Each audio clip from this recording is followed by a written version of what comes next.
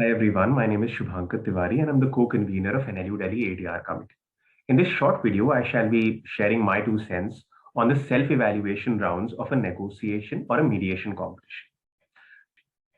To begin with, I feel that negotiation competitions or mediation competitions are also about critical analysis. And the portion of these negotiation competitions wherein the critical analysis is at its peak is definitely the self-evaluation session. Self-evaluation sessions are those sessions which take place after the main conference gets over and the judge asks one team to stay back in the room and the others to leave. Then the teams are marked on the basis of the responses they give to the queries of the judges over the course of this session.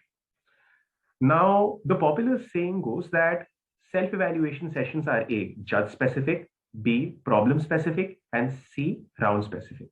However, I feel that there is a set of 3 questions that the participants or the people preparing for these competitions can take into account and get a general feel of these self-evaluation sessions. So the first question which the judges ask usually the participants is that what were their pre-planned strategies and how they went differently in the actual round? While answering this question, the participants can feel free to share the insights from their confidential information and align them with the interests that they charted over the course of the round. After that, the participating teams should do a comparative analysis of their offers and the offers tabled by the other side. While highlighting the intricacies of the offers tabled by the other side, the participants can definitely justify why, in the pursuit of thinking on their feet, they had to change their pre-planned strategies and they did what they did over the course of the round. This sufficiently answers this first question. Now, the second question that the judges usually ask is, what was the one good thing that the team did over the round and how was it good from the perspective of the round? The answer to this question is pretty simple, but there are a few caveats that I would flag out.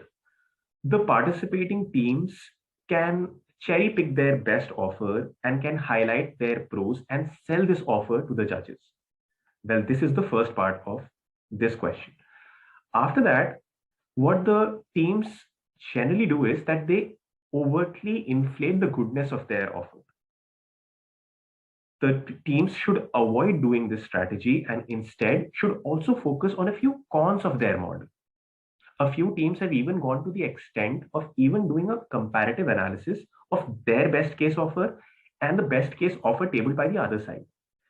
While doing this, it gives judges an idea that the teams are being realistic in their assessment and unbiased in their judgment. This is the perfect way of answering this question. The last question which the judges ask candidates is that what was the one bad thing that happened during the round and how it could have been prevented?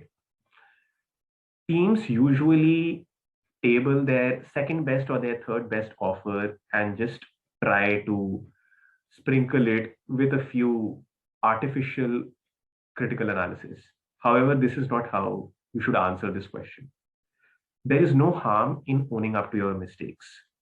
There is no harm in flagging out that fiasco which happened over the course of the round. You need to be very much realistic about the round, and it's totally fine if there were a few offers that went bad over the course of the round.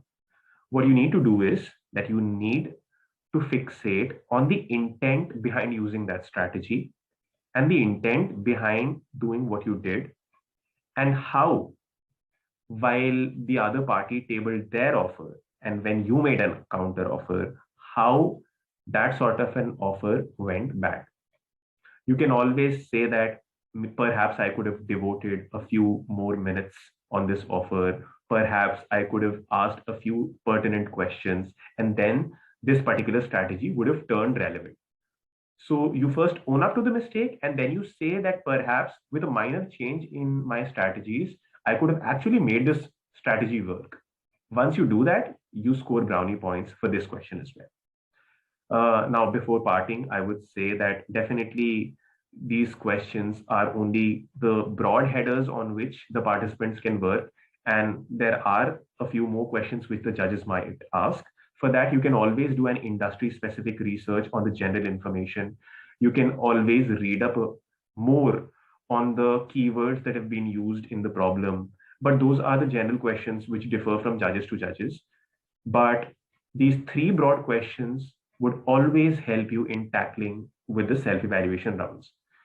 Different teams try to pre-plan their self-eval rounds, and some teams try to just take down notes and share their insights and integrate them in the responses they give in the self-evaluation round. However, I feel that a good team should do both. They should prepare replies to these three broad questions beforehand, and then should also add insights or takeaways from the actual round while replying to these questions and the other questions that the judges might ask. This would help you in dealing with the self-evaluation session in a very good manner. Thank you very much.